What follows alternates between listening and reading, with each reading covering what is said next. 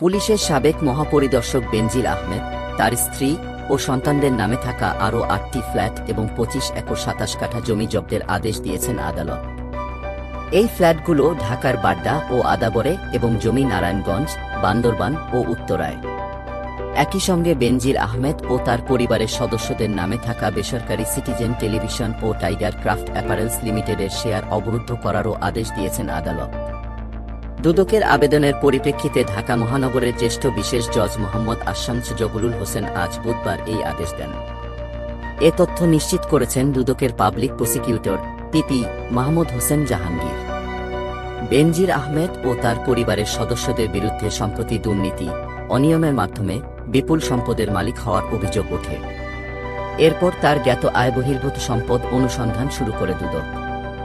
উল্লেখ্য, বেনজিরের পরিবারের সদস্যদের গুলশানের ৪টি ফ্ল্যাট রক্ষণাবেক্ষণ ও দেখভালে দুর্নীতি দমন কমিশনকে দুদক ৬ জুন দায়িত্ব দিয়েছেন আদালত। এছাড়া গোপালগঞ্জ ও মাদারীপুরে তাদের যেসব কৃষিজমি রয়েছে সেগুলো রক্ষণাবেক্ষণের দায়িত্ব দেওয়া হয়েছে জেলা দুটির কৃষি কর্মকর্তাদের। একই সঙ্গে বেনজির আহমেদের পরিবারের মৎস্য ও প্রাণীর খামার দেখভালের দায়িত্ব দেওয়া হয়েছে জেলার প্রাণিসম্পদ বিষয়ক কর্মকর্তাকে।